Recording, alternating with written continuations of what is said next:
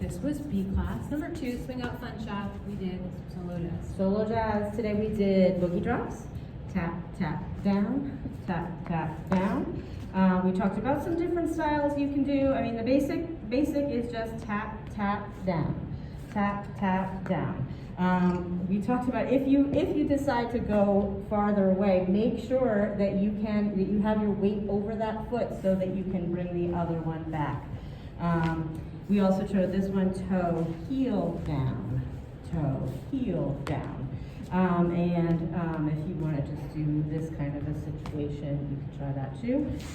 We only do 2 of those in the sequence, and then we did 4 slip slops. So slip slop feel a little bit like skipping. These are sideways slip slops. You also have these and these, which I'm not, there, something like that. Slips, those are all slip slops. We're going to do the ones that are to the side. You're going to start by going to the right, to the left, to the right, to the left. So the part that we added on today was 1, 2, 3, 4, 5, 6, 7, 8, 1, 2, 3, 5, 7. And that came right after your squat Charleston and your mamas do ba, ba, ba, ba, ba. You can watch the whole sequence on another video in this playlist. And then we talked an awful lot about hot dogs tonight. we sure did. So we had an analogy for you, courtesy of Ray LeMay, Jen's husband. And we talked about, we wanted to keep the follows on the line of travel, leads moving off of it to let the follows take. Can I go like this with you? Let's make this be our... This is our hot dog. Okay, so what we did is we did swing outs where we kind of shuffled through our swing out just so we could get the follows. So follows are coming towards us. We want the follows to stay on the line. So these are going to move off the line, connect with our partner, send them back down the line. So if this is the hot dog right down the center we're standing on, the bun is on the side. Leads are going to step off onto the bun in order to get out of their partner's way. So here we are. Whoop, whoop, and step off only to let Jen by. We did that a bunch. We also talked about follows, moving your momentum all the way down the line as we were doing this shuffling exercise. Anything to add? I mean, there were so many things. When the leads catch, they're not going to catch early and carry around. Instead, we want to make those catching points. Oh, Jillian's tired. Sorry. We want to make sure. Let's go the other way. Yeah.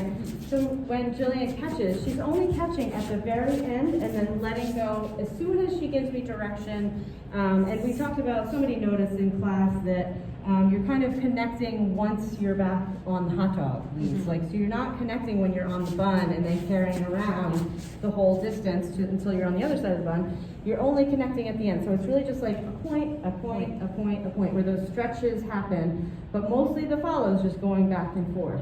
And it feels, if it stays linear like that, leads and you're just connecting at those points rather than sort of guiding your partner around, especially when the music gets fast. I mean, it just feels bad all the time to do that, especially when the music gets faster. You're not going to be able to keep up with the tempo if you're trying to guide your partner around. It should be a quick connection, quick connection.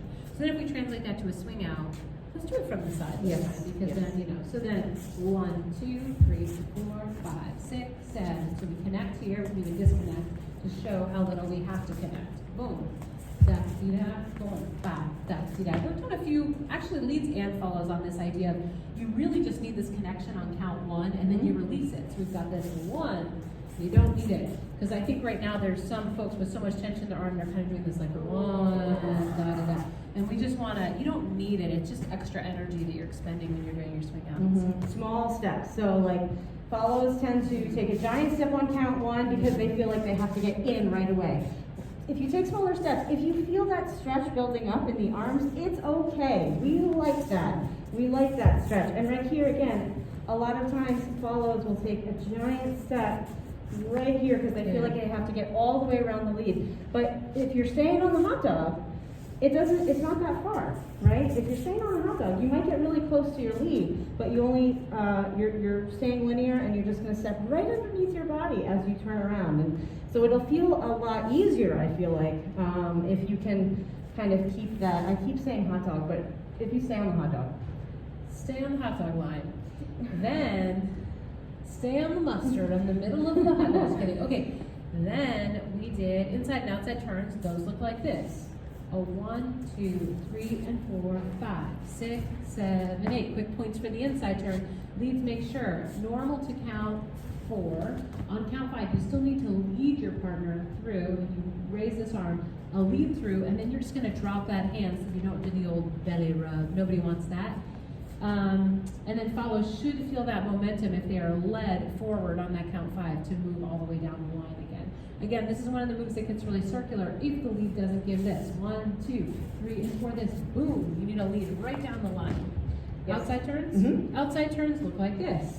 A 1, 2, 3, and 4, 5, 6, 7, 8. So for this, we talked a bit about making sure the timing for leads. So 1, 2, 3, and 4. You want, as your right foot goes back, your arms coming up to send your partner down the line in tandem. Those things, two things together. Follows arms. Yeah, follows.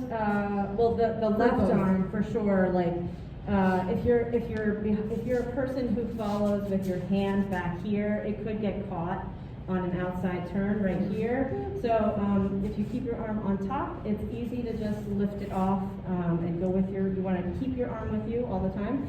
And then the other thing we talked about was frame, just like remembering that if your arm goes, your whole body goes. Keep all your parts together and maintain that structure that you want to have. So on that outside turn, if you let your arm go without letting your body go, you're going to get in this weird position where your arm is like disconnected now from your center.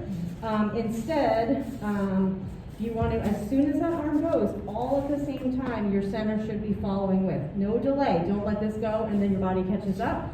Move everything all at the same time. It's a matter of training yourself to like move that way, and then you'll be able to be relaxed at the same time that you do that.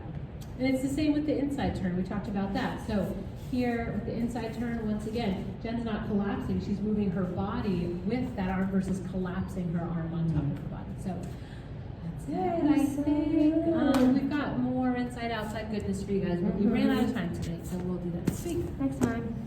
Good job, guys.